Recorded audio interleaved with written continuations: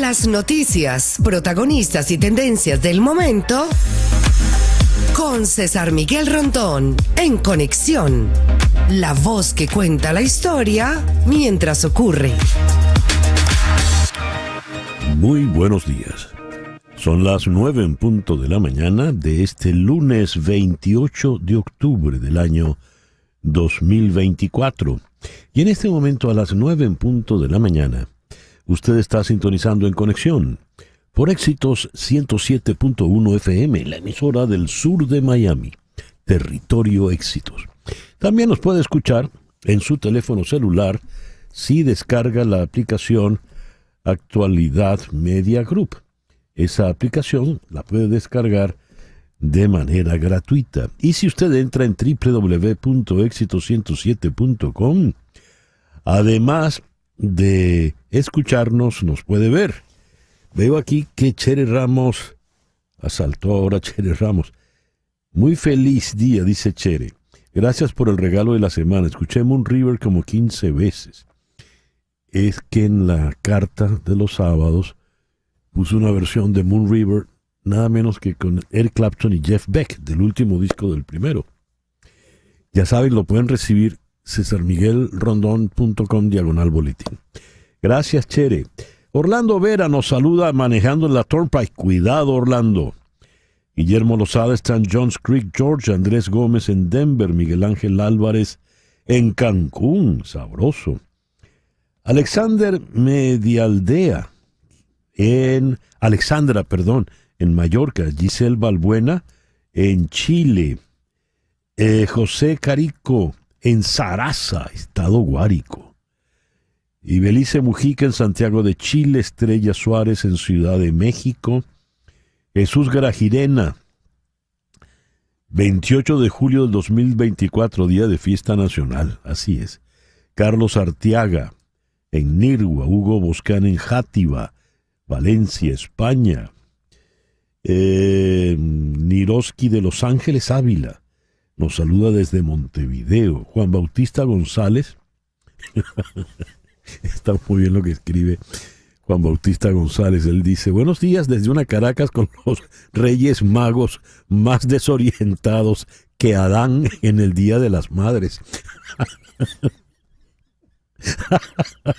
Claro, hoy se supone que llegan los Reyes Magos, ¿no? Sí. En fin. María Morales está en Maracaibo. Victoria Ambrosino en Ciudad de México. Mimoniani en Bogotá, tristes por la derrota del Real Madrid. Bueno. Doña María Alicia Cifontes, buenos días. Ella nos saluda desde Caracas. Gracias a todos por reportar la sintonía de En Conexión. María Peña, clara incitación a una guerra civil, la vilificación del cristianismo. Bueno, vamos a hablar de todo un poco en la mañana de hoy. Gracias por reportar la sintonía de En Conexión. En Conexión es una producción de Flor Alicia Anzola para Éxitos 107.1 FM en Miami. Buenos días, Flor Alicia. Buenos días, César, y estamos en la recta final. Una semana importante previa a las elecciones que ya serán el martes de la semana que viene. Laura Rodríguez está en la producción general. Muy buenos días, Laura. Muy buenos días y feliz lunes. En Madrid, apoyando en la producción informativa, está Mariel Sofía Rodríguez. Buenos días, Mariel Sofía. Hola, muy buenos días. Feliz inicio de semana para todos. Jesús Carreño en la edición y montaje. Carlos Prato en los controles. Buenos días, Carlos. Buenos días, feliz lunes. Y ante el micrófono, quien tiene el gusto de hablarles, César Miguel Rondón. Hoy es el día de San Simón y San Judas Tadeo, el santo de los imposibles. San Fidel de Como, Santos Vicente, Sabina y Cristeta de Hispania, San Farón y San Germán de Annecy. Y en Venezuela es importante porque es el día de la Virgen de Nuestra Señora del Rosario de Parute. El 28 de octubre de 1651 se hizo la milagrosa aparición de esta Virgen cuando un joven indígena de la doctrina Parute se encontraba sentado en su palafito y por 3 veces rechazó la tablilla de madera con sus pies. Intrigado la recogió y la colocó sobre el techo pajizo de su bohío. El cura del lugar visitó al indígena en su choza y pudo ver el cuadro que representaba a la Santísima Virgen del Rosario.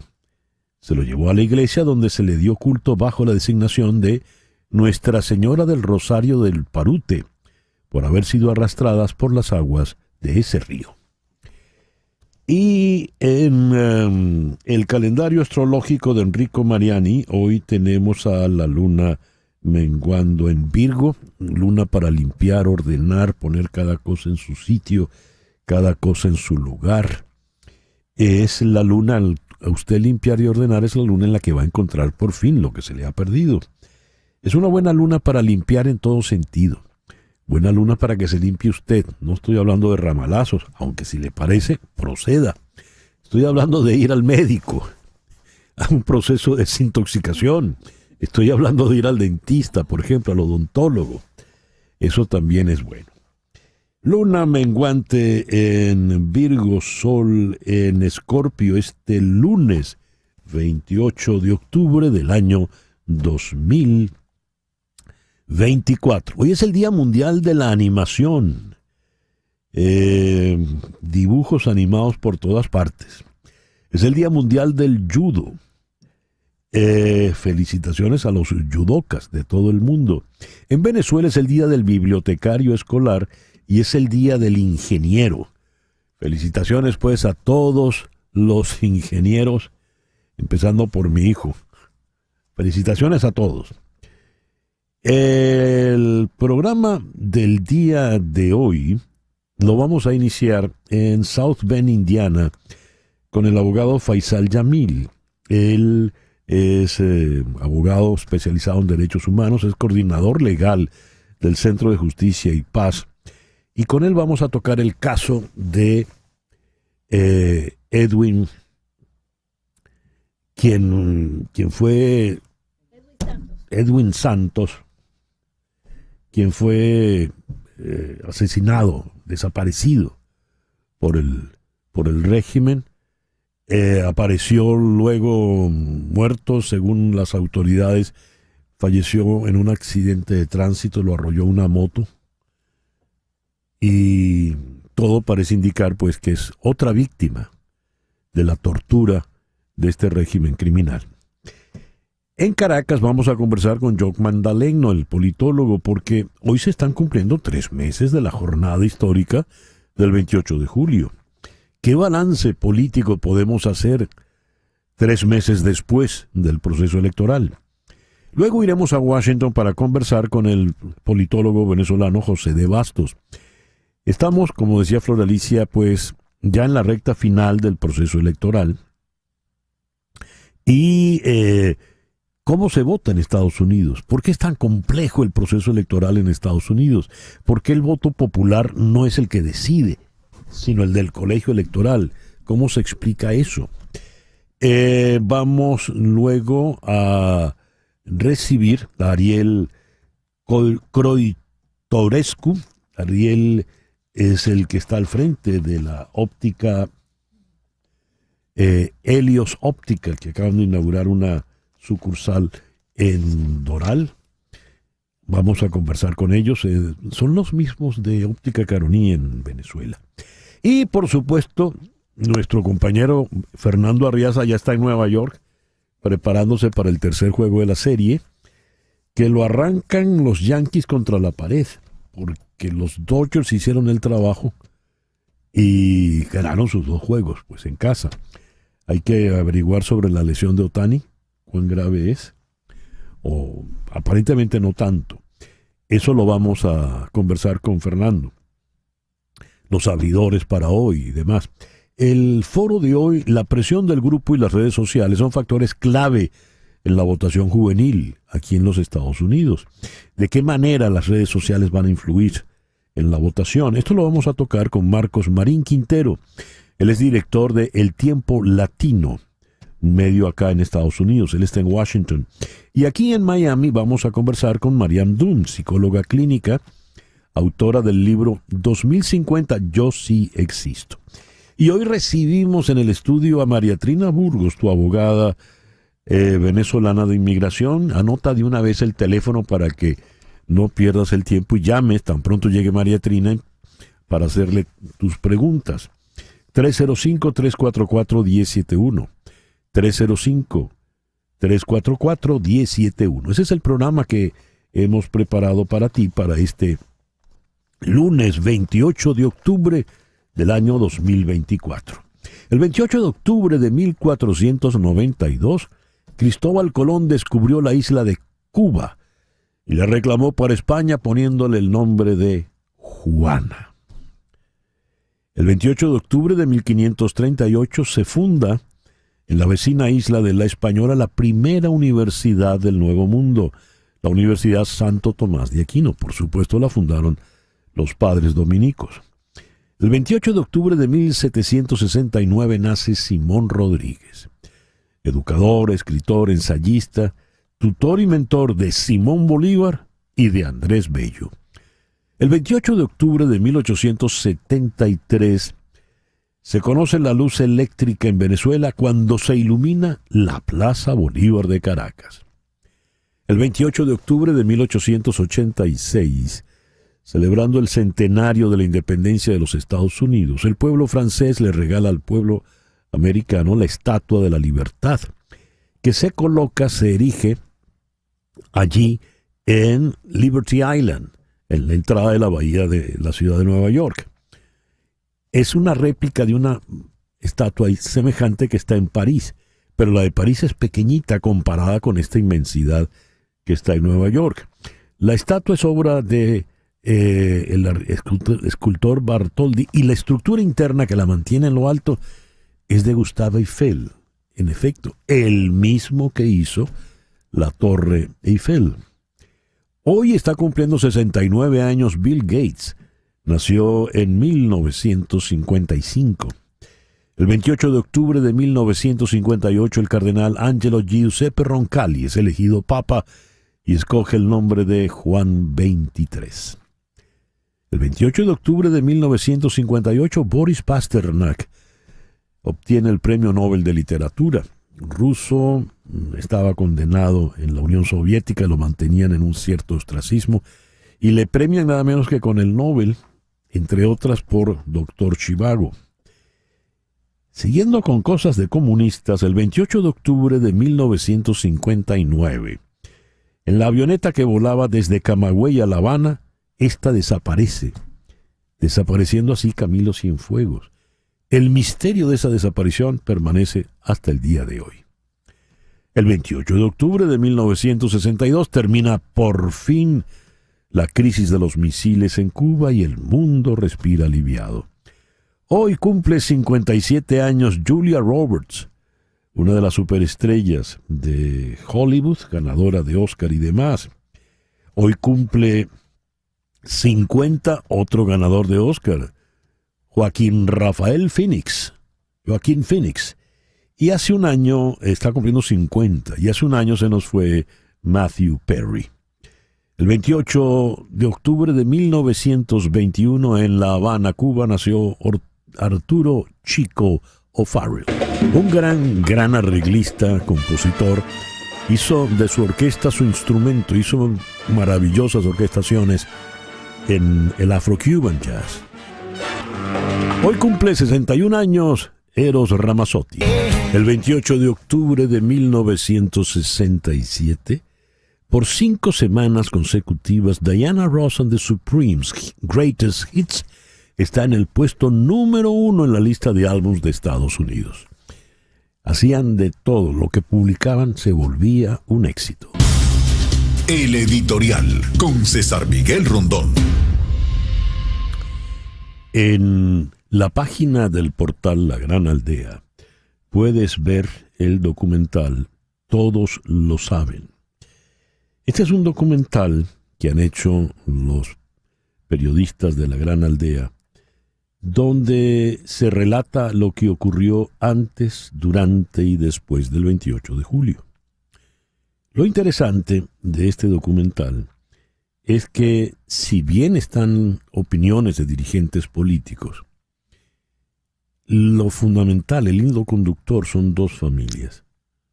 Familias anónimas, familias de venezolanos comunes, una pareja de sexagenarios, docentes retirados, él con su camiseta de los Leones del Caracas, por ejemplo. Y cuando los vemos toda la carga inmensa de ilusión que hay en la fecha. El pueblo venezolano cree en la democracia, cree inmensamente en la democracia. Tanto cree en la democracia que 25 años después, un cuarto de siglo después de tratar de empeñarse en acabar con nuestros valores democráticos, el venezolano sigue insistiendo. Esta pareja, por ejemplo, vivía en Buenos Aires y como no pudieron votar en Buenos Aires, hicieron todo un esfuerzo inmenso por venir a Caracas, a votar en Caracas. La ilusión que hay en el voto, en que cuando se manifiesta la voluntad popular frente a la urna, eso va a ser respetado. Eso ocurrió hace 3 meses ya. Y todos, como dice el título de este documental, todos lo sabemos. Sabemos qué ocurrió. Edmundo González Urrutia apabulló, le dio, como dirían castizamente en España, un varapalo a Nicolás Maduro. Para decirlo más criollamente, lo volvió cereta. Y esa manifestación popular ha sido vilmente irrespetada por el régimen. Esa voluntad que se manifestó allí tiene que coronar. De como sea, tiene que coronar. Ese voto popular tiene que ser cobrado en la taquilla de la historia, en la taquilla de la política. En estos 3 meses que han transcurrido, el dictador Nicolás Maduro ha mostrado su rostro más sangriento, cruel, inmisericorde, con él y los que le acompañan. Los que le acompañan en esa línea de mando. Se ufana de decir que hay 2.000 terroristas detenidos, muchos de ellos niños, adolescentes, y no pocos han muerto. El caso más reciente, imperdonable, injustificable desde todo punto de vista, es el que nos remite al dirigente de Voluntad Popular en el estado Apure, Edwin Santos, quien además trabajaba en la radio local de Fe y Alegría. Edwin Santos desaparece cuando se lo llevan funcionarios del SEBIN. Eso ocurrió el miércoles 23 de octubre.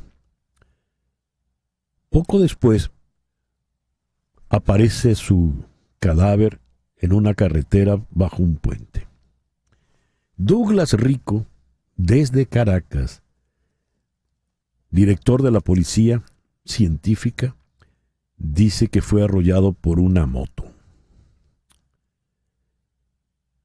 Es el colmo del cinismo, porque la desaparición y posterior muerte de Edwin Santos se apega plenamente a lo que es ese patrón macabro que ha llevado adelante el régimen. Allí uno puede ver calcado a Fernando Albán, aquel dirigente de Primero Justicia. Allí puede uno ver calcado, lamentablemente, el caso del capitán Acosta Arévalo. A todas estas, el señor Diosdado Cabello, quien está al frente del Ministerio del Interior, permanece él, tan bocazas y locuaz, particularmente callado. El alto gobierno no ha dicho nada. El otrora defensor del pueblo y disque poeta Tarek William Saab tampoco ha dicho nada. Van 3 meses y contando. Y pasarán días, los días que sean necesarios, pero la justicia tiene que imponerse en Venezuela. Y la victoria electoral del 28 de julio tiene que cobrarse. Tiene que cobrarse. Son las 9:21 de la mañana. Hacemos una pequeña pausa Y al regreso venimos con las noticias más importantes de este lunes 28 de octubre. Esto es En Conexión por Éxito 107.1 FM en Miami. Y a las 9:24 vamos con las noticias más importantes de este lunes 28 de octubre. Donald Trump renovó sus comentarios anteriores en los que sugirió que sus oponentes políticos son una amenaza para Estados Unidos. Los llamó enemigos internos. Cuando digo el enemigo interno, el otro lado se vuelve loco, dijo Trump en el Madison Square Garden. Han hecho cosas muy malas, de hecho son el enemigo interno. Insistió en que a ese enemigo interno le va a enfrentar con el ejército. Tony Hinchcliffe, un cómico que presenta el podcast en vivo Kill Tony, abrió el meeting ayer en el Madison Square Garden de Donald Trump como uno de los muchos oradores antes de Trump y dijo: están sucediendo muchas cosas. No sé si lo sabes, pero ahora mismo hay una isla flotante en medio del océano, está llena de basura. Creo que se llama Puerto Rico. Cita textual. El comentario fue recibido con incertidumbre por la multitud, lo que llevó a Hinchcliffe a reírse. De hecho, fue el único que se rió. Está bien, estamos llegando a eso. De nuevo, normalmente no sigo el himno nacional, dijo. La asesora principal de la campaña de Trump, Daniela Álvarez, dijo en declaración a Forbes después del meeting que el chiste no refleja las opiniones del presidente Trump ni de la campaña. El comentario generó críticas inmediatas online y el representante Richie Torres, demócrata por Nueva York, dijo en la red X: como puertorriqueño me siento tentado a llamar basura racista a Hinchcliffe, pero hacerlo sería un insulto a la basura. Cita textual. En otro momento del discurso, Hinchcliffe dijo que a los latinos les encanta tener bebés, antes de contar un chiste obsceno, lo que llevó a la campaña de la vicepresidenta Kamala Harris a llamarlo una vil diatriba racista contra los latinos. Antes de especificar lo de la isla de la basura, Hinchcliffe habló todo el tiempo de latinos en general, sin hacer mayor distinción. En la ciudad de Kalamazoo, al sur de Michigan, Kamala Harris señaló el sábado contrastes entre ella y Trump en temas como el derecho al aborto, los impuestos y la atención médica. Pero primero, Michelle Obama, la ex primera dama, encendió a la multitud al establecer distinciones entre los dos candidatos según su carácter personal y sus calificaciones, diciendo que había un doble rasero en la forma en que se trataba a Trump y a Harris. Cito: espero que me perdonen por estar un poco frustrada, porque algunos de nosotros optamos por ignorar la enorme incompetencia de Trump mientras le pedimos a Kamala que nos deslumbre en todo momento. Cita textual. Instó la señora Obama a los votantes indecisos a salir afuera de la niebla en la que se encuentran. También abordó extensamente la salud de las mujeres, diciendo que Trump no ha demostrado comprensión de la complejidad que esto implica y que sus promesas de rescindir la ley de atención médica asequible aprobada durante la presidencia de su esposo, es decir, el Obamacare, afectaría la totalidad de la salud de las mujeres, toda la salud. Y dijo: nosotras como mujeres seremos un daño colateral a su ira. Les pido a todos, desde lo más profundo de mi ser, que se tomen nuestras vidas en serio. Cita textual. Ayer domingo en Filadelfia, Kamala Harris dijo: nadie puede quedarse al margen en las elecciones presidenciales de este año, culminando así un día de campaña en la ciudad más grande del crucial estado de Pensilvania, campo de batalla. Estamos centrados en el futuro y en las necesidades del pueblo estadounidense, a diferencia de Donald Trump, que pasa todo el tiempo mirándose al espejo centrado en sí mismo. Es una cita textual. A los jóvenes les dijo: hay demasiado en juego en esta campaña. En un video directo a la cámara publicado en la red X, Harris anunció su intención de crear un nuevo grupo de trabajo de oportunidades para Puerto Rico en caso de ganar las elecciones. Implicaría que el gobierno federal trabaje con el sector privado, con organizaciones sin fines de lucro y líderes comunitarios, para fomentar el crecimiento económico y crear miles de empleos nuevos y bien remunerados en Puerto Rico, cita textual. Caracas. No se ha sabido nada desde el pasado viernes de un periodista en Venezuela, según dijeron ayer defensores de la prensa venezolana, alegando que había sido detenido por autoridades gubernamentales en Caracas. El gobierno no respondió de inmediato a la solicitud de Reuters sobre el caso de Nelin Escalante, periodista independiente quien recientemente publicó videos en sus redes donde habla sobre el precio del dólar en Venezuela. El Colegio Nacional de Periodistas dijo en una publicación en redes que Escalante llevaba 48 horas desaparecido y exigió su pronta liberación. El grupo afirmó que fue llevado el viernes por la tarde por agentes pertenecientes al servicio de DGCIN, Dirección General de Contrainteligencia Militar. Exigimos conocer el paradero de Escalante y su liberación, dijo el Colegio Nacional de Periodistas.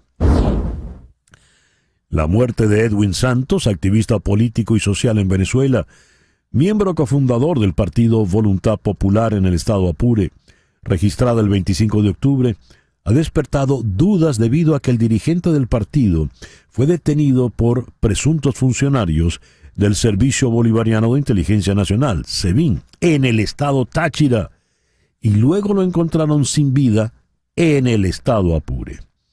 Voluntad Popular aseguró que hasta la tarde del jueves, Santos se encontraba en la sede de la DGCIN, en Guasdualito. Por su parte, el director de la policía venezolana, Douglas Rico, aseguró que la muerte de Santos fue resultado de un accidente cuando la motocicleta que conducía se estrelló contra un árbol, lo que le provocó lesiones graves, incluida una fractura en el cráneo.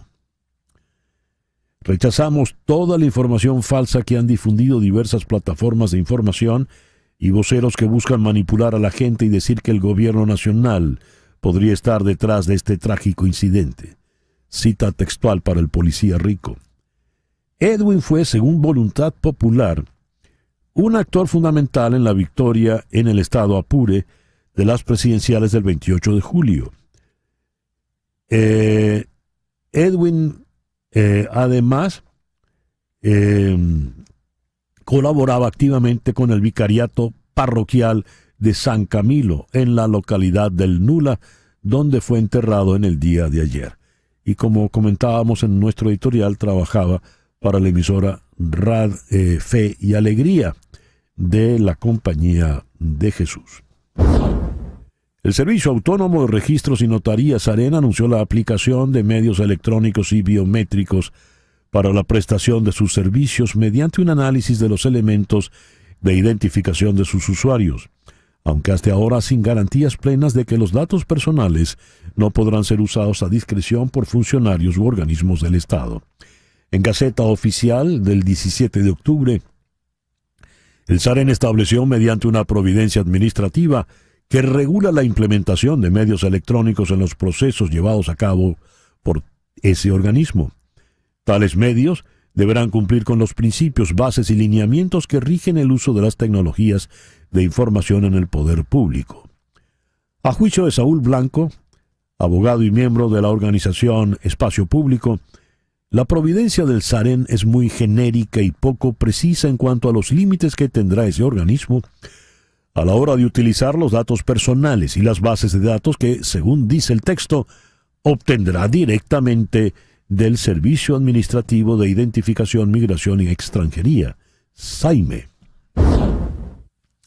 En el Uruguay, el candidato a presidente por el Frente Amplio, Yamandu Orsi, ganó las elecciones de ayer en Uruguay. Sin embargo, como el candidato de la coalición de izquierda no alcanzó el 50% más uno de los votos necesarios para consagrarse presidente en esta primera vuelta, se medirá en el balotaje del próximo 24 contra el aspirante oficialista Álvaro Delgado del Partido Nacional, quien terminó de segundo.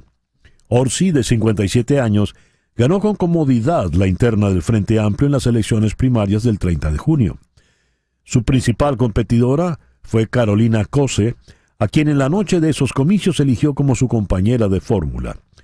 El respaldo político más grande que tiene el candidato es el del expresidente José Mujica, quien en esta elección no tuvo una participación tan destacada porque se está recuperando de un cáncer de esófago. Más de 15.4 millones de chilenos fueron convocados a las urnas para elegir a un total de 345 alcaldes, 16 gobernadores, 2.256 concejales y 302 consejeros regionales. El candidato del partido Chile Vamos, de derecha tradicional a la alcaldía de Santiago Centro, Mario Desbordes, se impuso por el 50.6% de los votos a la candidata oficialista y actual alcaldesa, la comunista Iracy Hasler, quien obtuvo 28.5% al momento en que se había escrutado ya más del 50% de los votos. El triunfo de Desbordes, quien fue ministro en el segundo gobierno de Sebastián Piñera y precandidato presidencial en las últimas generales, es un golpe para la coalición con la que gobierna el presidente Gabriel Boric, integrada por su partido, el Frente Amplio, el Partido Comunista y la centroizquierda. El ejército de Israel mantiene su ofensiva en Gaza y el Líbano, a la espera de que el Consejo de Seguridad de Naciones Unidas convoque una reunión de urgencia sobre el ataque israelí del sábado contra instalaciones militares iraníes solicitada por Argelia y el propio Irán. El gobierno encabezado por Benjamín Netanyahu mantendrá sus reuniones en una ubicación secreta después de que un ataque con dron de Hezbollah hace 2 semanas dañara la residencia privada del mandatario, que no se encontraba en su interior en el momento del impacto. En general, las reuniones del gobierno israelí se celebran en la oficina de Netanyahu en Jerusalén o, tras el comienzo de la guerra, en el cuartel general del ejército en Tel Aviv. La noticia confirmó que los ministros no podrán traer a sus asesores a las reuniones ni podrán acudir armados a la nueva ubicación. Y a las 9:36 vamos ahora con nuestra primera entrevista del día de hoy. Vamos hasta South Bend, en Indiana, donde está el abogado Faisal Yamil, coordinador legal del Centro de Justicia y Paz, investigador asociado de la Clínica Global de Derechos Humanos en la Universidad de Notre Dame. Faisal, muy buenos días, muchas gracias por atendernos. Buenos días, César Miguel, gracias a ustedes por el espacio. ¿Qué información manejamos a estas alturas de la muerte de Edwin Santos? Bueno, la información que está pública, que tiene, digamos, historias que se contraponen unas a otras. La versión oficial habla de que fue un accidente de tránsito, mientras que personas cercanas y diferentes organizaciones políticas han alegado que se pudo haber tratado de una muerte en custodia porque, según ciertos testigos, Edwin Santos fue detenido por presuntas fuerzas del Estado 2 días antes de que fue encontrado muerto. Cuando estas cosas suceden, lo importante es que se avancen en investigaciones serias, transparentes, exhaustivas, y que eso permita a las partes conocer la verdad y, por supuesto, que haya justicia y rendición de cuentas.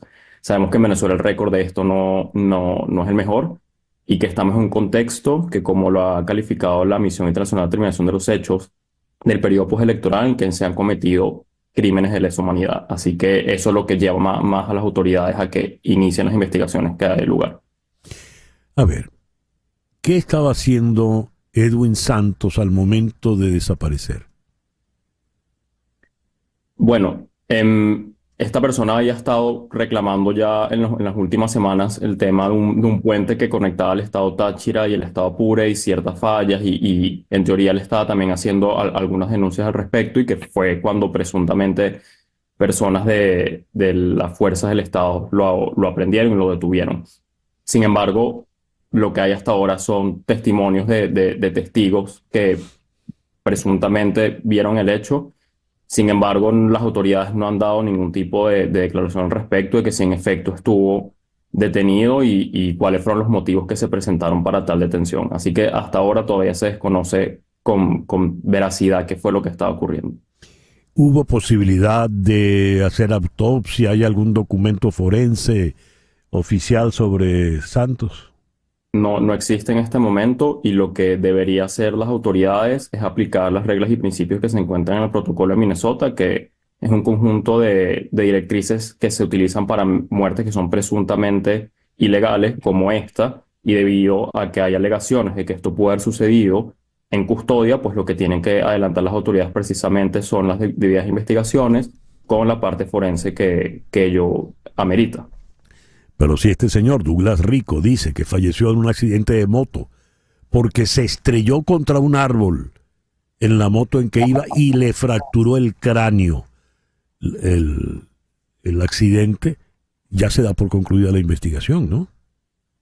Claro, pero en este caso, si estamos frente a un caso en que posiblemente haya una muerte en custodia o una muerte que puede calificarse como ejecución extrajudicial, lo que tiene que hacer es que el Ministerio Público inicie una investigación por la comisión de estos presuntos delitos, y eso implicaría entonces que otras fuerzas y agencias del Estado se involucren, como bueno, la medicina forense, en este caso el 6CPC también debería participar, y eso nos debería llevar a la conclusión de, bueno, cuáles fueron las verdaderas circunstancias que rodearon el caso. Que la Policía Nacional haya llegado a una determinación no es suficiente para un caso de esta naturaleza donde hay alegaciones muy serias. En todo caso, hay motivos de sobra para sospechar el asesinato en custodia, el asesinato por torturas, porque o estaba detenido por el SEBIN, o estaba libre manejando su moto, ¿no? Sí, exactamente. Por eso inicié diciendo que son como historias que se contradicen las unas a las otras. Y lamentablemente Venezuela tiene un récord de, hasta el día de hoy, aproximadamente 13 muertes en custodia que sé que han venido denunciándose de forma constante y han sido parte de reportes internacionales. Y pues existen suficientes indicios para pensar que esta pudiese también ser una de ellas, y por eso es que las autoridades tienen que investigar. Y si no es el caso, porque también sabemos que en Venezuela las investigaciones no se realizan con los principios y las garantías que se necesitan, pues sabemos que en algún momento el trabajo de la Misión Internacional de Determinación de los Hechos, que fue renovado hace unas semanas en el Consejo de Derechos Humanos, nos va a permitir conocer la verdad y acercar a las víctimas un poco más a la justicia. Ya. Bueno, veremos entonces. Muchísimas gracias, Faisal, por atendernos en el programa de hoy. Muchas gracias a ustedes, César Miguel. Feliz día. Faisal Yamil es abogado especializado en derechos humanos, es coordinador legal del Centro de Justicia y Paz e investigador asociado de la Clínica Global de Derechos Humanos de la Universidad de Notre Dame. Nos habló desde South Bend, en Indiana. Son las 9:42. Hacemos una pequeña pausa y ya regresamos en Conexión.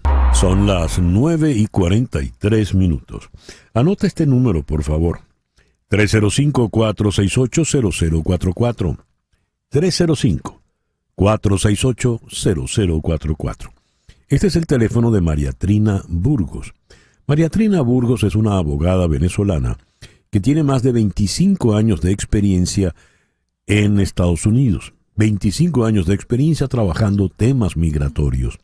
Y está licenciada para trabajar en los 50 estados de la Unión y en Puerto Rico. Sí, en la isla de Puerto Rico. Sí, la isla bonita, isla del encanto, como la cantaba la orquesta Broadway, preciosa como le cantó Rafael Hernández, en fin. También allí. De manera que ella se va a ocupar de tu caso. 305-468-0044. Y si estás en Venezuela, llama a este número. 0212-771-3040. 0212-771-3040. Ese teléfono, esa llamada sin recargo alguno, va a repicar aquí en Miami. Y hoy es lunes de inmigración, así que hoy viene María Trina acá al estudio. Prepara tus preguntas, tus dudas, para que se las puedas formular directamente. Y para que no pierdas tiempo, anota de una vez el teléfono aquí en el estudio, 305-344-1071. 305-344-1071 para que le hagas tus preguntas a María Trina Burgos, tu abogada de inmigración venezolana. El editorial de hoy lo dedicamos a estos 3 meses transcurridos desde el 28 de julio a la fecha de hoy. ¿Qué balance podemos hacer de estos 3 meses. ¿Qué ha ocurrido y qué ha dejado de ocurrir? Las razones para una y otra. Vamos a Caracas. Allí está el politólogo John Magdaleno. John, muy buenos días. Muchísimas gracias por atendernos. Buenos días, César, a tu orden. Un placer estar contigo como siempre. ¿Qué balance haces, John, 3 meses después del 28 de julio? Bueno, César, destacaría básicamente 3 factores. El primero, hay una crisis de legitimidad en marcha que no es un asunto menor, porque ya se tiene noticia confirmada, extraoficial, pero confirmada por fuentes serias, que sí hay desacuerdos, vamos a llamarlo de esta manera, en los entornos del poder, en los entornos del poder. Esta es una primera señal. ¿Cómo va a terminar este proceso de pérdida de legitimidad? ¿Cuál será el desenlace? ¿Cuándo ocurrirá? No hay manera de saber esto, César, honestamente. El segundo factor que destacaría es que ciertamente después de la presidencial hubo una ola represiva muy importante que parece que no ha acabado. No ha acabado.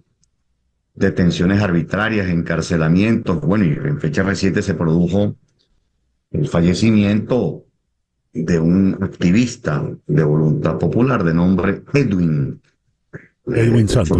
Sí. Un caso sumamente grave, por cierto. Y el tercer factor que hay que anotar es que parece que algunos desacuerdos al interior de la oposición empiezan a volverse públicamente visibles y obviamente esto no ayuda, vamos, a la confección de una estrategia conjunta en lo sucesivo. Destacaría esos 3 factores como parte del balance. A ver, vamos a detenernos en el primero. Desacuerdos importantes en el entorno del poder.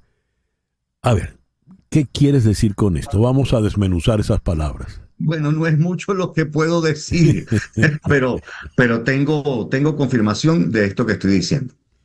Si hay desacuerdos con la forma como se manejó la elección presidencial en algunos entornos del poder, subrayo allí entornos, suele pensarse que en estos procesos, mientras el desacuerdo no llegue al vértice del poder, obviamente no tiene mayor impacto.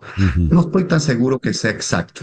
Es decir, la estructura de poder tiene obviamente las bases de respaldo, cuadros medio altos, y por cierto, no solo remite a la administración pública, sino que también tiene que ver con lo que pasa en el partido oficial, lo que pasa en la administración pública en los más diversos niveles, lo que pasa en otro tipo de instituciones como las Fuerzas Armadas, los cuerpos policiales.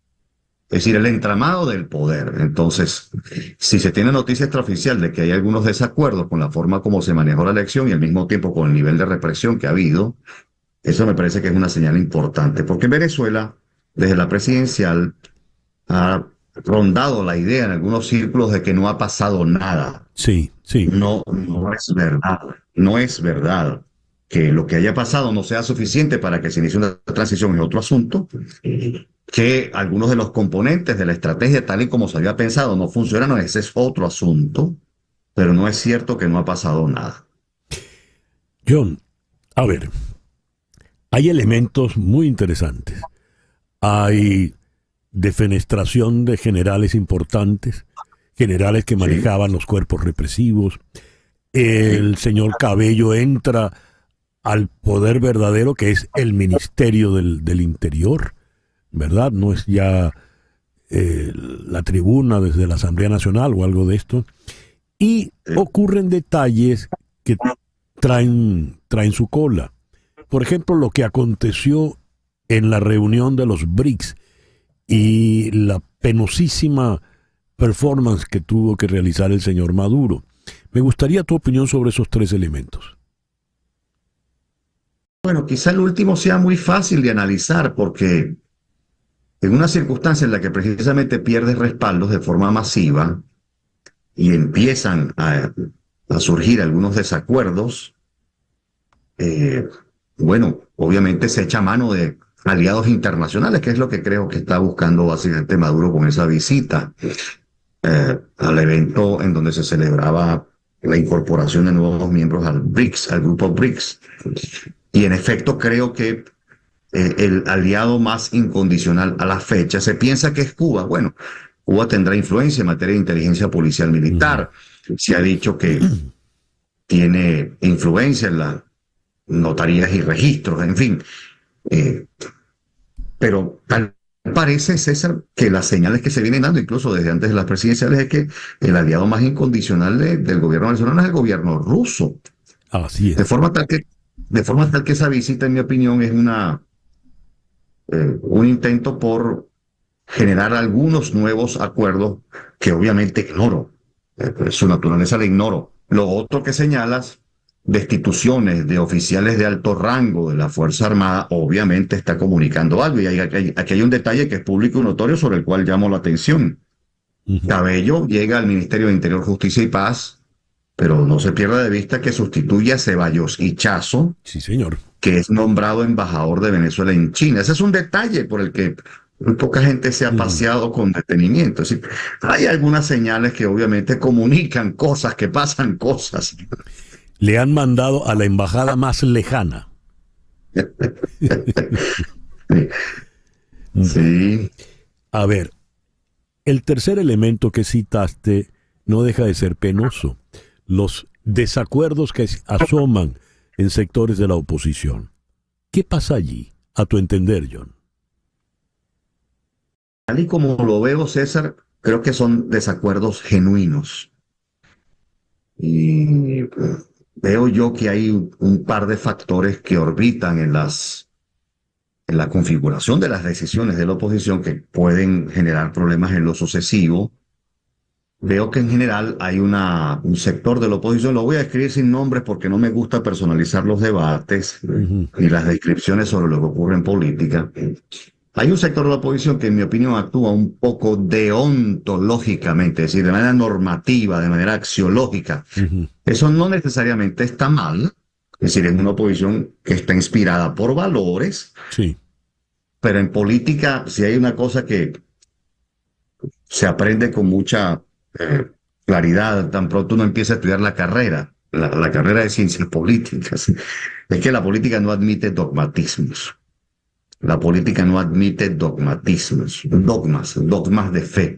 La política está atravesada por el poder, César, por la búsqueda y la retención del poder.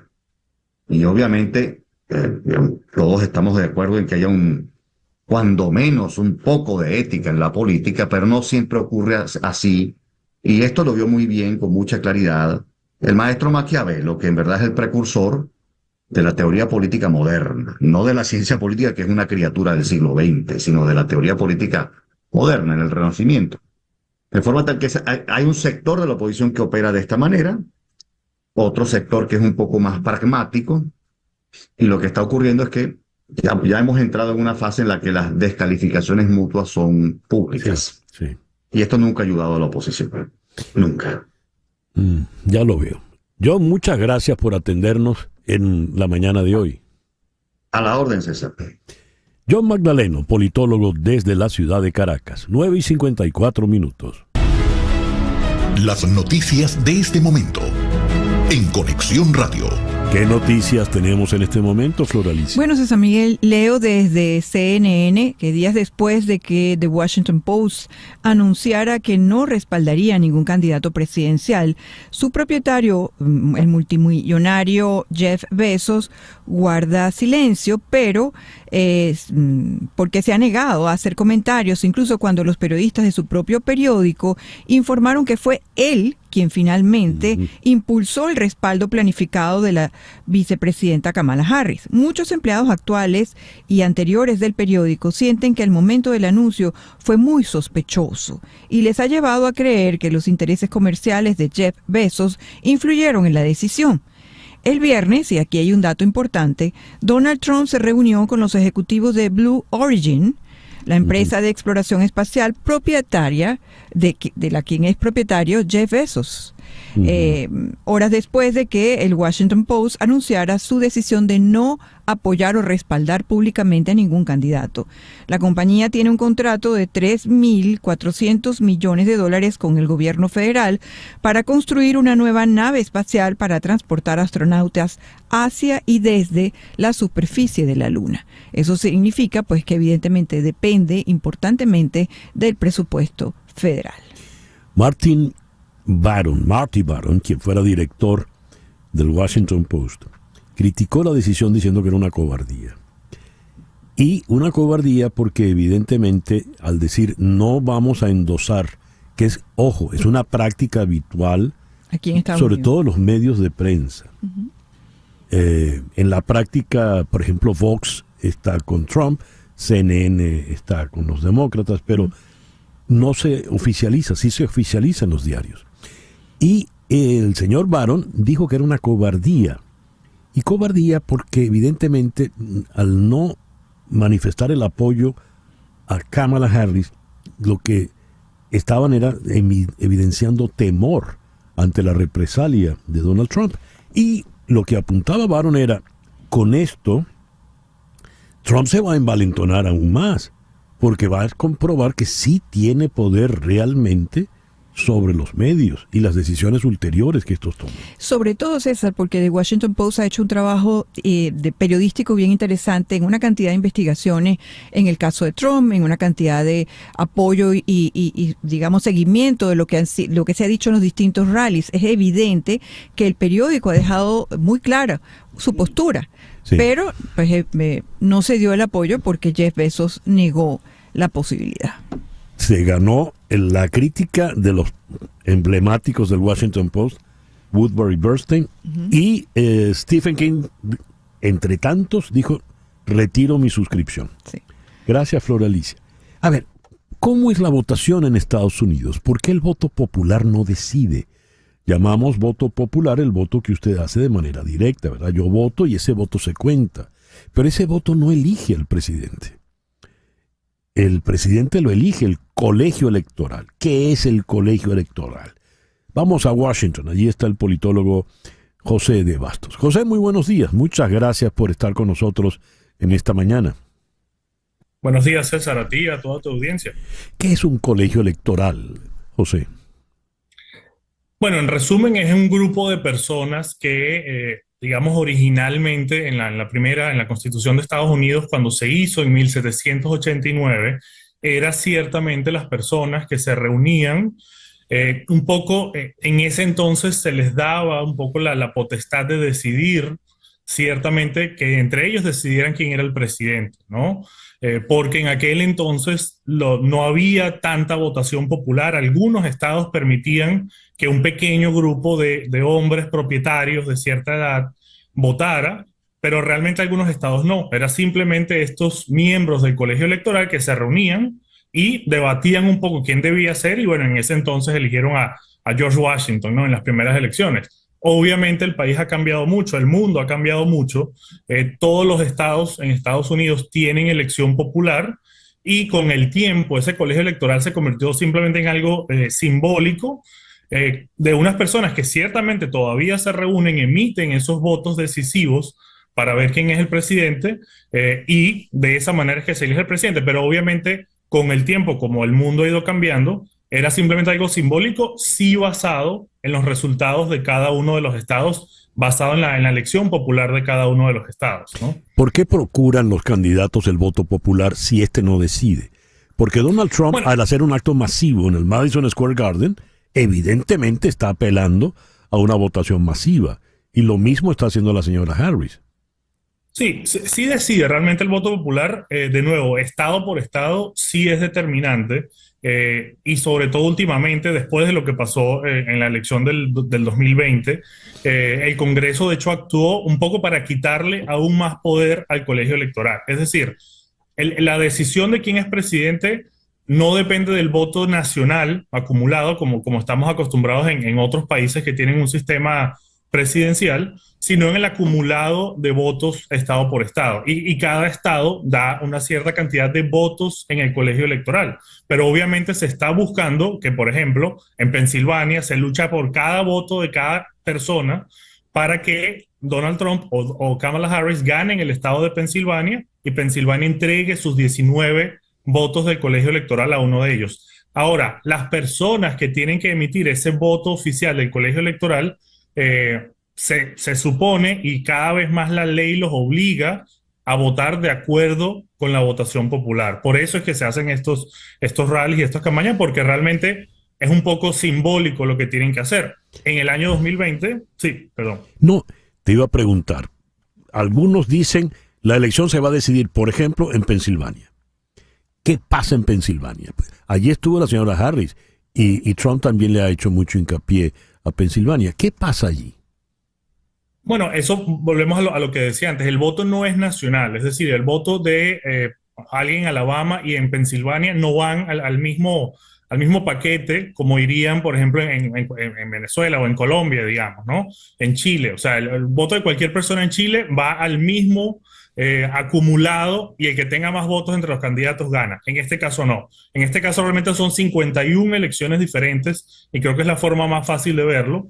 Cada estado tiene su propia elección, 50 estados más Washington, D.C., son 51 elecciones distintas. Cada estado da una cantidad de puntos, por llamarlo de alguna manera, que realmente son estos votos del colegio electoral. Pensilvania da 19, así como California, por ejemplo, da 54. ¿Por qué no se busca el voto en California, que tiene más peso? Porque se sobreentiende, se sabe, las campañas saben que lo va a ganar el Partido Demócrata, lo va a ganar Kamala Harris. Yeah. Y la diferencia dentro de California no cambia el número de puntos, entre comillas, que un candidato va a ganar. Entonces las campañas dicen, no hace falta gastar ni $1 en California, porque Kamala Harris se va a llevar todos esos votos del colegio electoral. En Pensilvania, en Michigan, en Arizona, no se sabe quién va a ganar, y ahí entonces cada voto es fundamental. ¿Y qué va a ocurrir en esos 3 estados, a tu entender? ¿Cómo van las tendencias a la fecha de hoy, lunes 28? Bueno, realmente van muy, muy parejas, probablemente más parejas incluso que las 2 últimas elecciones que se decidieron por 10,000 votos, 20,000 votos en algún caso. Pareciera que si Kamala Harris va a ser presidenta, va a tener que ganar Pensilvania, Wisconsin y Michigan, que son los 3 estados de estos 7 que están muy peleados, que están más al norte. Si ella gana esos 3 estados, sería la presidenta de Estados Unidos y pareciera ser donde mejor opciones tiene, mientras que Donald Trump pareciera que en Carolina del Norte, en Georgia, en Arizona y en Nevada le está yendo un poquito mejor en las encuestas y reteniendo la mayoría de esos estados del sur, más alguno del norte, pues él sería presidente. Pero realmente están muy, muy cerradas las encuestas. Hay encuestas que parecieran darle una mejor tendencia a Donald Trump, pero ayer aparecían otras encuestas donde mejoraba la situación de Harris. Realmente está muy, muy parejo y es difícil. Creo que también hay que estar atento de que nos enteremos la misma noche de la elección quién ganó, porque podría tardar bastante de decidir o saber quién terminó ganando. Y eso sí es delicado con el cúmulo de tensiones que están en este momento flotando en Estados Unidos, José. Sí, ya lo fue en el 2020 y el propio Donald Trump y gente de su entorno, sobre todo, bueno, ya de por sí están hablando de que si la elección no la gana él es porque hubo algún tipo de irregularidad. Sabemos en general que no las hay, que ellos están un poco preparando el terreno por si acaso pierde, van a empezar a decir que le robaron la elección, ¿no? Entonces, ciertamente, esas horas o esos días en los que no se sabe todavía el resultado van a ser muy tensas y puede haber protestas, manifestaciones, sobre todo por estas ideas de que alguien se está robando la elección, ¿no? José, muchas gracias por atendernos en la mañana de hoy. No, muchas gracias a ustedes. José de Bastos es politólogo. Nos habló desde la ciudad de Washington. Una pequeña pausa y al regreso nuestro foro del día de hoy. Leo lo siguiente. Los jóvenes estadounidenses que creen que sus amigos votarán tienen más probabilidades de votar ellos también, según una encuesta juvenil hecha en la Universidad de Harvard. Casi el 80% de las personas menores de 30 años planean votar cuando creen que sus pares lo harán, en comparación con solo el 35% que dice que votarán, incluso si creen que sus amigos no asistirán. Las redes, ¿de qué manera influyen en el voto joven que se va a dar la próxima semana aquí en los Estados Unidos? Ese es nuestro tema para el día de hoy. Vamos a contar en la ciudad de Washington con Marcos Marín Quintero.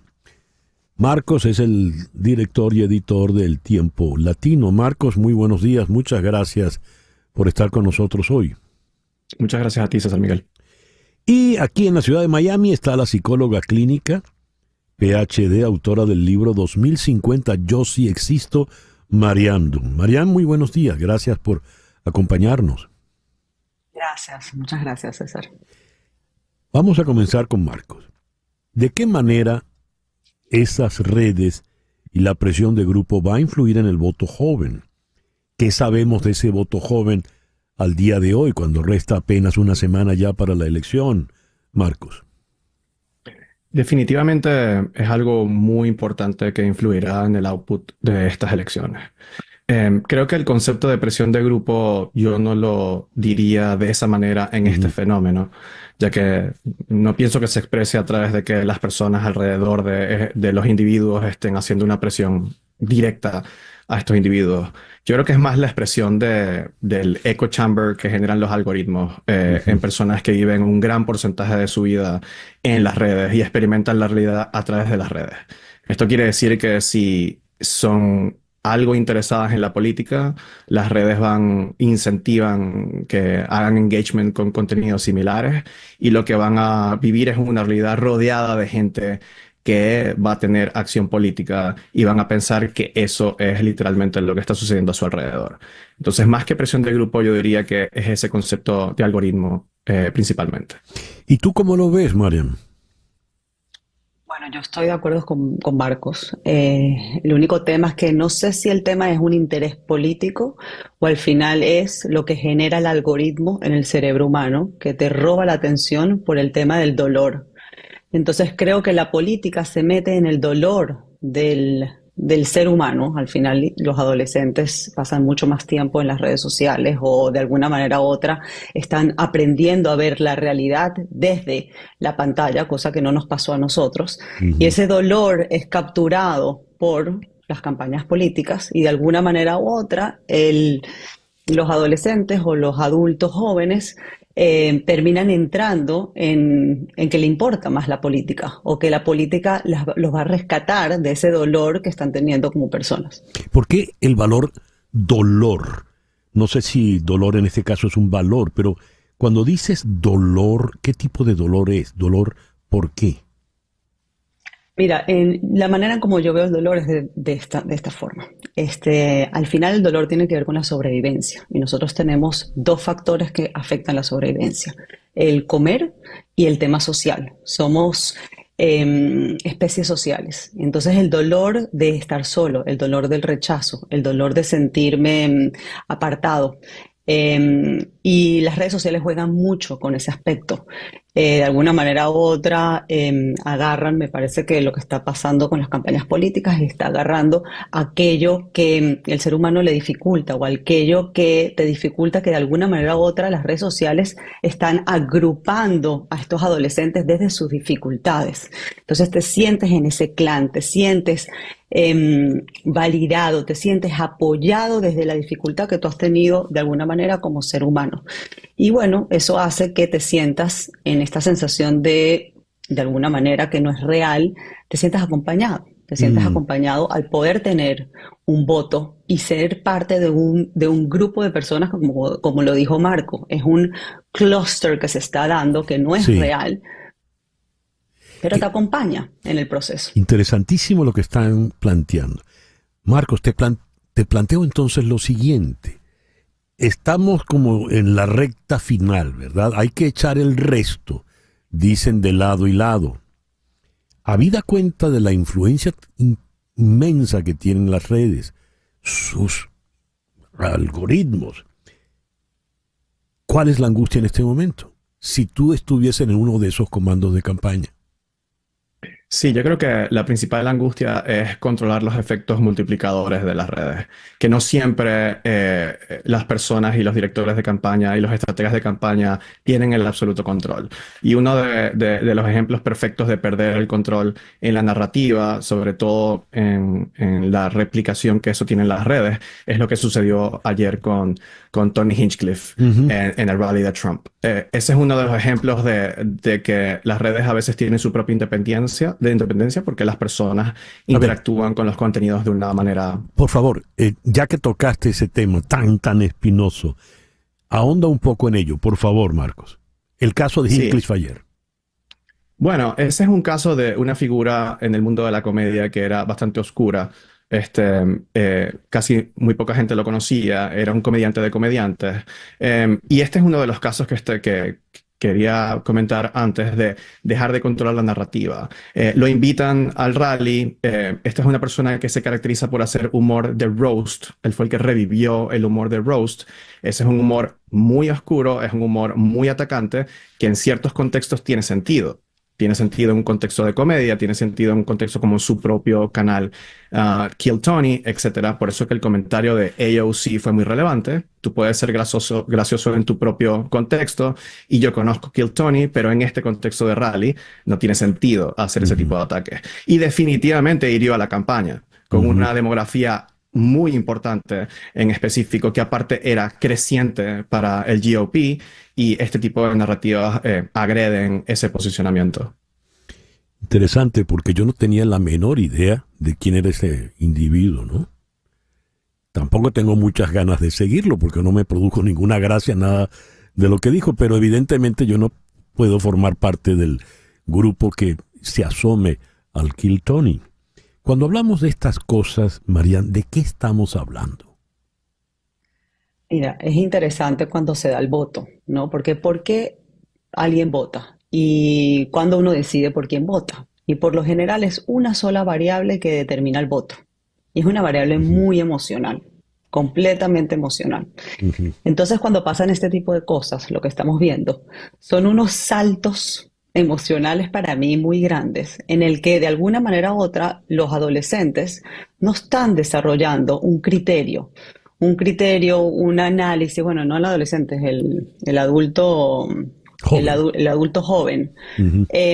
Cuando uno está en dolor y cuando a uno lo agreden, ¿ok? O cuando uno vota desde ese lugar, la parte del pensamiento crítico no es tan fácil que se dé, no es tan fácil que uno tenga un análisis por quién votar. O sea, nos damos cuenta con los debates hoy en día. Los debates hoy en día, por lo menos desde mi perspectiva, de verdad es una carrera de quién va a agredir más al otro. No es una carrera de quién nos va a traer más conocimiento o cómo nos van a ayudar más a entender cuál va a ser la agenda política de cada candidato.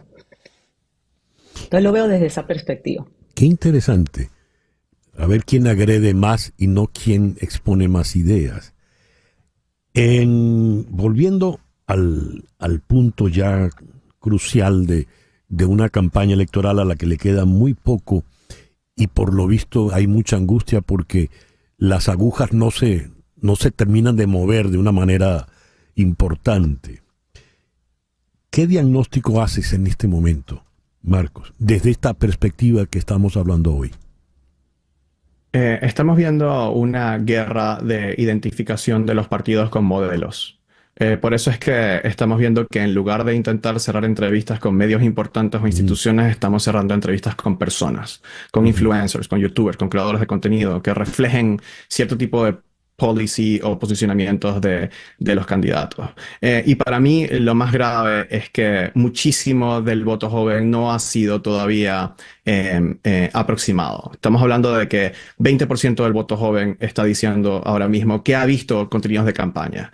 Y por eso es que estas campañas tienen que conectar con ese tipo de modelos y creadores de contenido o diferentes personas que tengan influencia en el voto joven. 20% es muy poco. Y luego tienes estados como Arizona, que tienen muy poco engagement ahorita, o un engagement más bajo de lo normal desde el punto de vista del voto joven, y que es un battleground state que es muy difícil de conectar y que definitivamente los demócratas no lo tienen controlado.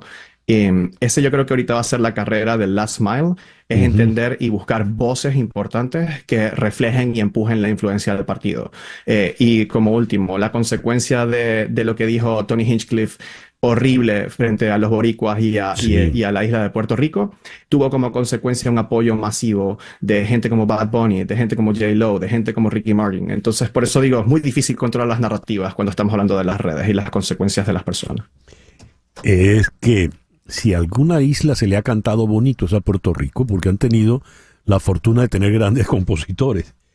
Yo te puedo hacer de memoria un playlist ahorita de 15, 20 maravillas hablando de esa isla que no es de basura, por supuesto.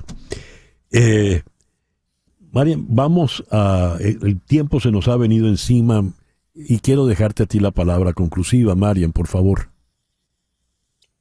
Bueno, para mí me encantaría, ¿no?, que la gente que está por encima un poquito de los jóvenes, que tienen conversaciones con los jóvenes, que tratemos de ayudarlos a desarrollar más ese pensamiento crítico, que vaya mucho más allá de esas entrevistas, de ese deseo por ganar, o estas campañas de mercadeo, que ya ni siquiera son campañas electorales, donde podamos ayudar a los jóvenes a explicarles lo que nosotros vivimos unos 10, unos 15 o 20 años atrás de lo que era una elección y de lo que era una conversación de 2 o de 3 o de 4 candidatos políticos, donde la conversación realmente era cómo se iba a lograr un cambio y no cómo se iban a ganar las elecciones. Y ayudar a los jóvenes a entender que esto es una campaña de mercadeo, mucho más allá de una narrativa de un proyecto para un país tan importante como los Estados Unidos. Muchísimas gracias por tan interesante conversación, gracias por tus reflexiones, Marian. Veo que tienes atrás una imagen que no logro distinguir. ¿Qué es? Esta sí.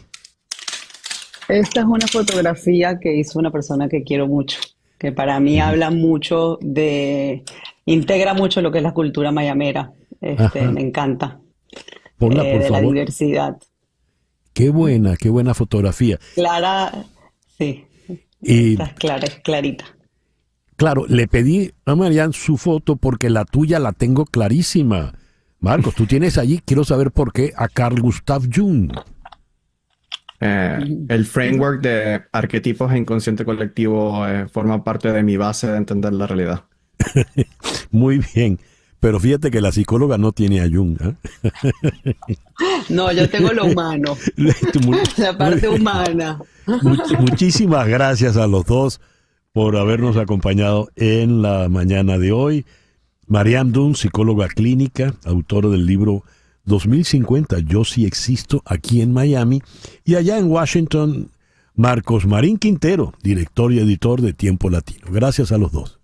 Muchas gracias. Gracias. 10:21 de la mañana.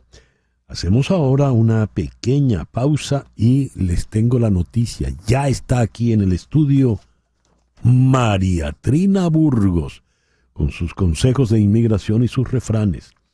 Anoten de una vez el teléfono, por favor, 305-344-1071, 305-344-1071, para que le hagan todas las preguntas, para que aclaren todas las dudas. Esto es En Conexión por Éxito 107.1 FM en Miami. 305-344-1071, 305-344-1071. Siempre tardan en llamar y al final entonces se acumulan las llamadas y ya no hay tiempo. No pierda tiempo, llame ya a la doctora María Trina Burgos, 305-344-1071. Bienvenida, María Trina. Muy buenos días, César Miguel. Un placer, como siempre, estar aquí con ustedes. ¿Cómo has estado?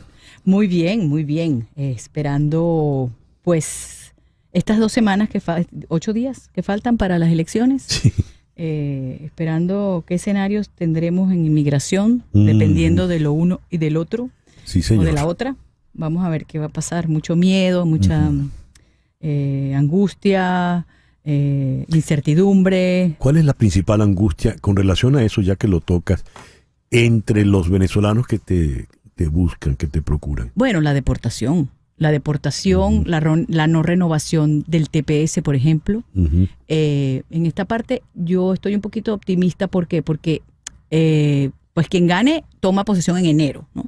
Entonces todavía, por supuesto, tocaría renovar el TPS a los venezolanos, anunciar la renovación estos próximos meses, noviembre, diciembre al máximo.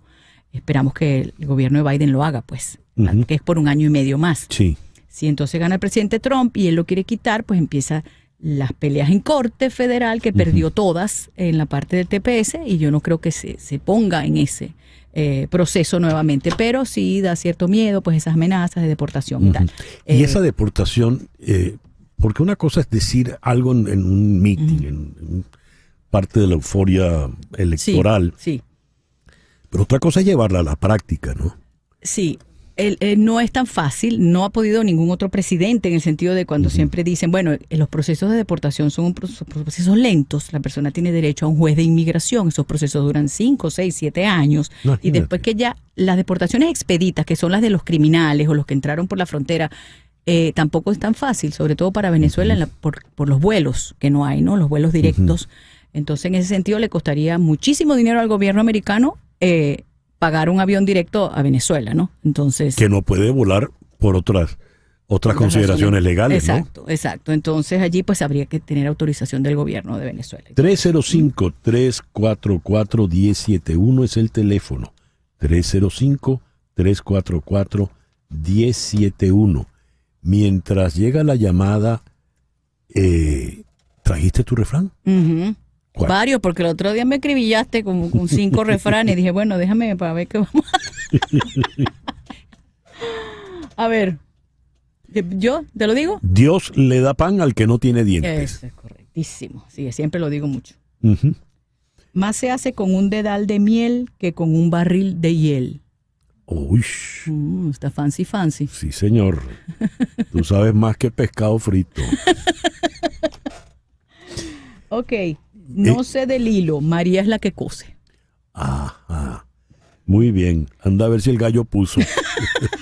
Ese fue a los muchachos, ese era para los niñitos. Además, ya ver si el gallo puso, decíamos a los niños. Ay, Dios mío. Ni amigo ni hermano, si no hay dinero en mano. Así es. Esto hay que decirlo con acento zuliano. Vos sois más lento que Alka-Seltzer en vaso de chicha. Yo creí que iba a decir una maldición, un maracucha, que es ojalá te mudéis. Ojalá te mudéis, sí. A ver, tenemos la primera llamada. ¿Qué? Aquí, entonces. Sí. A ver. Tengo un asilo pendiente, pregunta Salisi Salcedo. Me casé, ¿puedo incluir a mi esposo en él? Él es de El Salvador, pregunta Salisi Salcedo. Y les recuerdo el teléfono 305-344-1071. Sí lo puede incluir dependiendo del estatus migratorio de él. Salvadoreño, y a lo mejor él tiene un proceso pendiente, un asilo anterior, entonces sí lo puede incluir en su asilo, claro que sí. Muy bien. Gracias, Salisi. Sí. Floraliza tiene aquí una. Desde el Instagram, dice lo siguiente. Si estoy a la espera de aprobación de la I-485 y tengo permiso de viaje, ¿puedo viajar y reingresar? Sí, claro, por supuesto. Para eso es el permiso de viaje. Pero el permiso de viaje de este viaje tiene que ser de la I-485, que se llama el Advance Parole.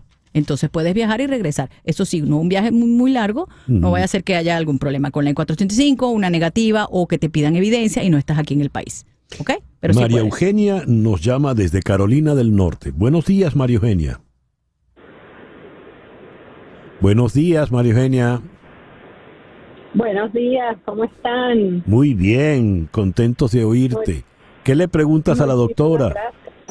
Bueno, quería preguntarle lo siguiente. Yo tengo mi permanent resident, mi residencia permanente, que me la dieron por 2 años porque fue por matrimonio y entonces se la dan con ciertas condiciones. Ya yo introduje todos los papeles para remover esas condiciones y el proceso está tardando muchísimo. Yo me meto en la página del USCIS y dice que por lo menos 31 meses.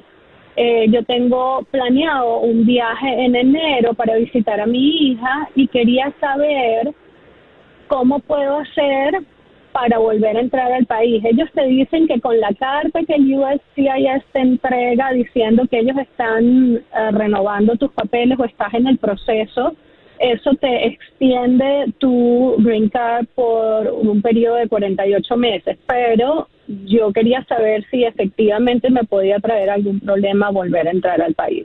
Ok, María Eugenia, muy buena tu pregunta. Esta sirve para muchas personas que están con la 751, que es la renovación de la residencia condicional. Como tú bien lo has dicho, se está demorando muchísimo, entonces con el recibo que has recibido te extienden automáticamente la Green Card. Esa Green Card, aunque está vencida, tú puedes viajar con la Green Card, con tu pasaporte y tu recibo donde te la extienden. No vas a tener problema para regresar al país. Vaya tranquilo, a visitar tranquila, a visitar a su familia y regresa pues con bien, no va a pasar nada, ¿ok? Gracias, María Eugenia. Ella llamó desde Carolina del Norte. Les recuerdo el teléfono aquí en el estudio, 305-344-1071. 305-344-1071. Pregunta Luisa, ¿quién es elegible para aplicar y cuáles son las razones para aplicar para asilo político que se utilizan? Ok, bueno, imagínate, esa pregunta es muy amplia. Necesitas demostrar persecución del gobierno de turno. Esa persecución está basada en raza, religión, nacionalidad, pertenecer a un determinado partido político o grupo social. Son 5. Más nada. Entonces, demostrar esa persecución es lo que te hace pues calificar para el asilo político. No necesitas un gigantesco expediente de documentos, no es necesario. Lo importante es el testimonio del aplicante, si es creíble. Si el oficial te cree tu testimonio, te va a conceder el asilo sin problema. ¿Okay? Javier, aquí en Miami. Buenos días, Javier. Buenos días, César. ¿Cómo está? Muy bien, gracias. ¿Qué le preguntas a María Trina? Buenos días, María Trina. La pregunta es que yo estoy en un trámite de certificación laboral, ¿okay? Se ha tardado año y algo, ¿okay? En estos días me llegó una comunicación pidiéndome como que si todavía estaba el patrón, la persona que está haciendo el sponsor como yo, interesados en seguir en el proceso. ¿Eso es normal o es que ya están revisando el caso final o cómo es en ese caso? Ok, me imagino que ya tienes presentada la I-140 y la I-485, porque el certificado laboral no pregunta eso. Lo pregunta, depende, si hay una auditoría, te pueden preguntar si todavía está la oferta abierta para ti. Entonces eso sencillamente el patrón hace una carta, dice todavía tengo la oferta para Javier. Si es en la parte de residencia ya, si estás en la etapa final, es bueno que te hayan pedido eso porque si ha pasado un par de años quieren actualizar si de verdad la persona todavía la están pidiendo o era fraude, cualquier otra cosa para estar seguros que la petición existe, ¿no? Entonces tranquilo que es normal. Entonces ellos contestan que es lo que les está pidiendo en la carta que recibe el patrono, que la contesten todo lo que le está pidiendo. Y normalmente tienen que decir sí, la posición está abierta, la oferta sigue para Javier, ¿ok? Valentina desde Miami. Buenos días, Valentina. Buenos días. Doctor, una pregunta. ¿Qué pasa si la nueva administración que entre después de noviembre, los que ganen, no renuevan el TPS? ¿Cómo quedamos las personas que tenemos TPS? Y bueno, que a su vez estamos amparadas no, pero estamos haciendo un trámite de residencia. ¿Cómo quedaríamos? ¿Qué debemos hacer? ¿Tenemos que irnos, salir de Estados Unidos? Bueno, depende exactamente lo que has preguntado. Si ya tienes un proceso pendiente de residencia, no tienes que salir para ninguna parte. El TPS, si no lo renuevan, que afectaría a todas esas personas que no tienen más nada, sino el TPS. Entonces, tampoco es que van a agarrar un avión al otro día e irse. Empieza un proceso de deportación, empieza un proceso de corte, los tienen que llamar a la corte, eso va a demorar años y en ese momento, en esos años pueden pasar muchas cosas. Entonces, no es una cuestión del pánico y de que todo el mundo se vaya a agarrar su avión, no. Es una cuestión de esperar cómo evoluciona, pueden aplicar asilo y ver qué pueden hacer para defender su caso en corte. Pero si ya tienes un proceso pendiente de residencia, ese proceso continúa independientemente que te hayan quitado o que el gobierno no haya renovado el TPS. Muy bien, con Valentina hemos terminado por el día de hoy. ¿Qué consejo le das a nuestros oyentes, que siempre cierras con un consejo muy importante? Sí, claro, no preocuparnos por algo que todavía no ha ocurrido. Exacto, el puente se cruza cuando llegamos al puente. Exacto, ahí está. Entonces ya la semana que viene pues son las elecciones, veremos quién gana y qué va a pasar en materia migratoria. Y bueno. Pero dijiste algo muy importante, María Trina, que es que hasta en el caso de la amenaza más extrema, ¿verdad? Que es la que ha hecho el señor Trump, eso toma su tiempo, es decir, esas cosas no son expeditas, no son... Claro, es una cosa, por eso te digo que mucha gente, no, nos tenemos que ir, mucha gente pues tiene un proceso de corte de 5, 6, 7 años, entonces es fácil decirlo, yo sé que la angustia está allí, pero que no nos preocupemos hasta el momento que ocurran pues esas cosas. ¿Y el refrán de despedida? Más vale pájaro en mano que ciento volando. Ok. Y... Este es otro zuliano. Vos sois más inútil que corneta de avión. Oh my God, totalmente. Chao, un placer. Chao. O más inútil que cenicero de moto. También. Me estás ganando con los refranes, voy a tener que traer más. Tiene que traer más. La doctora María Trina Burgos es tu abogada venezolana de inmigración. Recuerda el teléfono de su oficina aquí en Miami. 305-468-0044. Y quiero ahora comentarles que recién estuvimos, Floralicia y yo, aquí en el Doral, en la inauguración de una tienda, una óptica magnífica, Helios Optical. Y muy bonita, muy bien decorada, Entonces invitamos al arquitecto que decoró. Bueno, invitamos a toda la familia que está al frente de Helios Optical. Quiero darle la bienvenida a Ariel Croitorescu, quien está al frente de esta Helios Optical. Ariel, bienvenido en la mañana de hoy al programa. Muchas gracias, César Miguel, y a toda la audiencia que nos está escuchando ahorita. Y él no va a ningún lado sin su esposa, que resulta es el arquitecto de la tienda, Mary Carbonaro. Mary, bienvenida en la mañana de hoy al programa. Muchas gracias, César Miguel. ¿Qué es para ustedes esta tienda de Helios Optical, Ariel? Para nosotros, la nueva tienda de Helios Optical es un gran logro para la empresa. Como todos ustedes saben, nosotros venimos de Óptica Caroní en Venezuela. Y cuando nosotros decidimos salir de Venezuela o entrar en otro mercado que no sea Venezuela, vinimos con un plan de negocios de adquirir tiendas ya funcionando. Porque nosotros, si bien en Venezuela éramos una empresa establecida, grande, líderes absolutos del mercado, entrar a Estados Unidos era entrar en un mundo totalmente desconocido para nosotros y en un mundo extremadamente competido, no igual que otras partes del mundo. Así que decidimos hacerlo de esa forma y por 10 años abrimos 3 tiendas. La primera óptica que nosotros tomamos la decisión de abrir de cero, que seleccionamos dónde queríamos estar, fue justamente la nueva tienda que acabamos de abrir en Doral. Que es la que ha decorado Mary. ¿Cuál fue el criterio al momento? Porque ella es arquitecto. ¿Cuál fue el criterio que utilizaste, Mary, para este tipo de tienda que realmente uno entra y es gratísima, ¿no? Uno está bienvenido una vez que está allí. Yo les cambié el diseño en Óptica Caroní en el año 2000 a las tiendas. Se volvió una tienda que el cliente circulaba y tenía acceso directo a las monturas. Y me traje ese mismo concepto, porque es la idea de Caroní, traérsela a Estados Unidos y crear Helios Optical con la misma idea y el concepto de Óptica Caroní. Pero hay algo muy grato, uno se siente en casa al entrar allí. ¿Qué hiciste? ¿Dónde estuvo el truco? Bueno, yo creo que es la mística de Helios Optical, o sea, su gente y bueno, te sientes como en una joyería de lentes, pero accesible, pues. Accesible.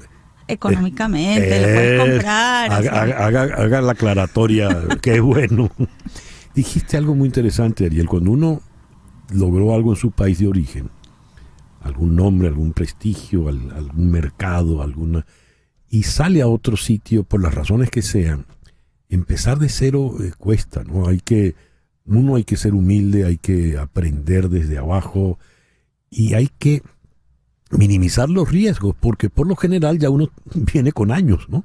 La experiencia también supone años. ¿Qué significó eso para ustedes? Que venían de Óptica Caroní, que se dice en grandote, a comenzar en chiquito aquí. Bueno, mira, mucha gente me dice justamente eso, ¿no? ¿Qué fue lo más difícil para ti de venir a Estados Unidos? Y es así. Uno, mira, manejar para mí, que por muchos años estuve manejando la empresa en Venezuela. Oye, manejar 80 ópticas se me hace muy sencillo. Manejar una, cuando llegamos a Estados Unidos, eso sí es difícil. Eso sí es bien difícil. Realmente yo creo que tú diste con las palabras claves. Humildad.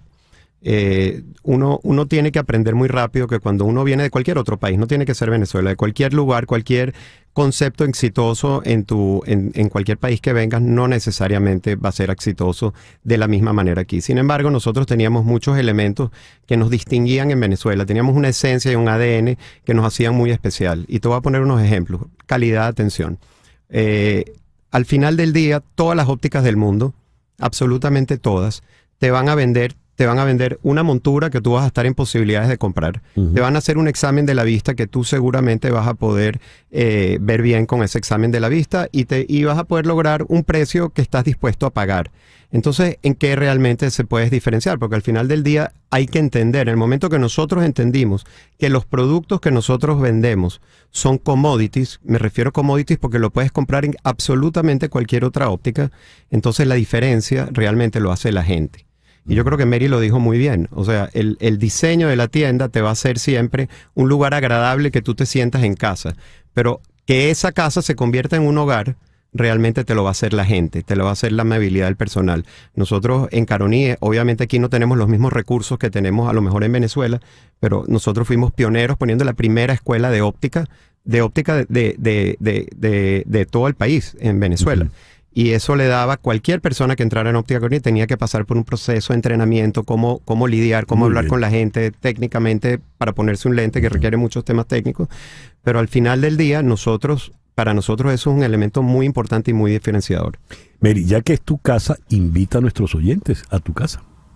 Bueno, están invitados a la nueva tienda de Helios Optical en el Doral, 10674 en la calle 19. Correcto, Northwest. Northwest. Están bienvenidos a ver mi obra maestra, diría.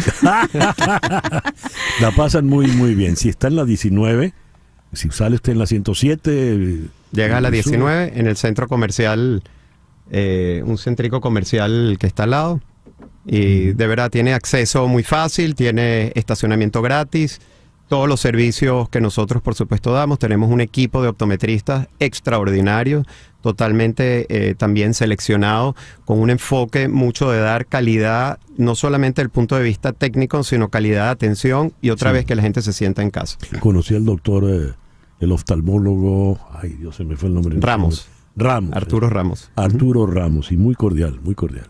Oftalmólogo venezolano. Sí, señor. Que tuvo que emigrar aquí, está como optometrista hoy en día y ha hecho una espectacular labor. Muy bien. Gracias por visitarnos. Nos vemos allá en Helios Optical y respondo todas las preguntas que quieras en privado. Muchísimas gracias a todos. Ven y verás. Ven y verás, porque Mary es curiosa. Como debe ser, como debe ser. Eso te lo garantizo yo. Sí, Ariel, muchas gracias por venir y que sigan los éxitos. Muchísimas gracias a todos. Ariel Croitorescu y Mary Carbonaru de Helios Optical. Son las 10:46, una pequeña pausa y al regreso nos vamos a Nueva York. Hoy seguimos con la Serie Mundial. Vamos a Nueva York, allí está don Fernando Arriaza. Fernando, muy buenos días, muchas gracias por atendernos en esta mañana. Siempre un gusto, César Miguel, buenos días para ti y para toda tu gran audiencia. ¿Cómo se ve la cosa para esta noche, Fernando? Se ve con mucho frío, porque está haciendo mucho frío aquí en Nueva York. Ajá. Ayer ya tuvimos contacto con Yankee Stadium y estaban practicando los Dodgers de Los Ángeles, cosa que me llamó la atención. El equipo que está arriba en la serie tomó una práctica seria de bateo. Ya en Yankee Stadium viajaron los Dodgers justo después del juego, el número 2 que le ganaron a los Yankees, Los Yankees prefirieron tomar el día de receso, de descanso, oxigenar la mente, vienen a casa y bueno, un tercer partido que es definitivamente crucial, César Miguel, porque caer en un 0-3 para los Yankees es un bache del que nadie ha salido en la historia de las series mundiales. El único antecedente fue aquel de los Medias Rojas de Boston, justamente contra los Yankees en una serie por el campeonato. Pero regresar a casa siempre alienta, esperando que Aaron Judge despierte por el equipo neoyorquino, ¿no? A ver, ¿qué ha ocurrido? Es decir, los Dodgers hicieron el trabajo. Tienes que ganar tus 2 juegos iniciales en casa. Muy bien. Pero ¿qué pasó en esos 2 juegos? Sí, hay la sensación de que los Yankees pudieron haberlos ganado ambos. Sí. Porque el primero, en una reconstrucción exacta del partido, debieron ganarlo 2-1. Si no es por ese error en el campo corto, un tiro que vino desde el jardín derecho de Juan Soto, que se le escapa a Gleyber Torres, eso permite un avance de Shohei Ohtani, anota desde la tercera, el empate, un inning que debió ser de 0. Si reconstruimos ese juego, debieron ganarlo los Yankees 2-1. Y luego los Yankees estuvieron arriba 3-2, faltando un out para ganar. Con 2 outs en el 10º inning, ganaban todavía 3-2, pero vino el tablazo de Freddie Freeman. Sí. Y el segundo partido, los Yankees estuvieron cerca de voltearlo. No batearon nada ante Yoshinobu Yamamoto, solo un hit en 6 innings y fracción. Llegaron con un hit al 9º, pero allí los bates despertaron y estuvieron a ley de un batazo para voltear el partido, pero no llegó. Es decir, los Yankees han podido perfectamente ganar los 2 juegos, pero los Dodgers hicieron exactamente lo necesario para al final llevárselos ambos. Pequeños detalles inclinaron la balanza a favor del conjunto californiano para que tengan la serie 2-0, ejecutando perfectamente los fundamentos y dando los batazos en el momento oportuno. Claro, hay que batear, pero si tus fundamentales no batean, no hay nada que hacer. Hasta ahora, Judge no ha bateado, tiene una alta tasa de ponches. Se ha ponchado el 34% de sus turnos en postemporada. Su promedio de por día en playoff ha caído ya por debajo de 200, 199. Por los Yankees han bateado hasta ahora Juan Soto, que no para de batear en postemporada, y Giancarlo Stanton, quien también ha estado productivo con un jonrón de 2 carreras y un sencillo productor en aquel 9º inning que te menciono del segundo partido. Pero Judge tiene que incorporarse, así como un poco de más contribución del resto de la alineación de los Yankees, que no solo Judge, Volpi, Gleyber Torres no ha estado como en la serie de campeonato, y en general, aparte de Soto y Stanton, nadie más ha bateado por Nueva York. Claro, y mencionaste lo de los ponches, porque en estos casos empieza la presión, empieza el desespero de hacer el batazo, y ahí viene el ponche automáticamente, ¿no? Cuando ya el desespero va por delante, ¿no? Sí, cuando la ansiedad se apodera del bateador, que pareciera estar ocurriendo con Judge, que se le está metiendo en la cabeza y la ansiedad se está apoderando de él. El último turno en el que se ponchó contra Blake Trainer, el relevista de los Dodgers, ya fue un turno de desesperación como apuntas, en el que un swing para el tercer strike fue realmente malo, realmente feo, desesperado y que tuvo como consecuencia un nuevo ponche. Llegando a casa abrigado por su gente, tal vez las cosas cambien para el juez. ¿Y qué pasó, ya que mencionaste a Gleyber Torres, con el batazo y la interferencia del fanático? Los árbitros evaluaron, revisaron el video y consideraron que el fanático entró al terreno. O sea, no era jonrón, no la tomó evitando que fuera jonrón en la tribuna, sino que invadió un poquitico el terreno y la pelota iba a pegar en la pared. Quedan ciertas dudas, pero da la impresión de que es la sentencia correcta, que es un doble por reglas. Muy bien, ¿quiénes tenemos por fin para abrir hoy, Fernando? Hoy van Walker Buehler, un derecho por los Dodgers, que lanzó en su último partido contra los Mets de Nueva York, mostrando una evolución respecto a sus salidas anteriores. Él tuvo la cirugía Tommy John y no ha regresado al tope. Era un pitcher de cabecera, un pitcher número 1 de rotación, pero desde la cirugía Tommy John, de la cual reapareció este año, no ha vuelto a ser el mismo. Entonces hay ciertas interrogantes, ciertas dudas en torno a Walker Buehler. Y los Yankees no van a tener a su mejor carta. Van a tener a Clark Schmidt, un derecho que no ha ido muy lejos en los partidos, pero que ha lanzado bastante bien. Así que el juego hoy, desde el punto de vista de picheo, es bastante incierto y podría ser un juego más de ofensiva que de picheo. Y la última pregunta, la lesión de Ohtani, por fin. Ohtani, según Dave Roberts, va a estar en la alineación hoy. Tuvo una separación parcial de su hombro izquierdo con aquel deslizamiento en segunda, tratando de robar la almohadilla. Hubo mucha preocupación, incluso los botones de alarma todos se pulsaron en torno a perder por el resto de la serie a Ohtani, pero las evaluaciones médicas indicaron que estaría disponible incluso para ser el primer bate y designado, como habitualmente ocurre, de los Dodgers de Los Ángeles. Shohei Ohtani, que no voló con el equipo, se quedó haciendo esos exámenes médicos, pero resultaron favorables para la continuidad del japonés en la Serie Mundial. Muy bien. Fernando, muchas gracias por estos minutos de adelanto, porque ya viene Fernando con Pedro Ricardo Mayo en Expreso Ya venimos Deportivo. por allí. Sí, señor. Así es. Gracias, Fernando. Abrazo, César. Don Fernando Arriaza, son las 10:56. En Conexión fue una producción de Floralicia Anzola para Éxito 107.1 FM, con Laura Rodríguez en la producción general, Mariel Sofía Rodríguez en la producción informativa, Jesús Carreño en la edición y montaje, Carlos Prato en los controles, y ante el micrófono, quien tuvo el gusto de hablarles, César Miguel Rondón.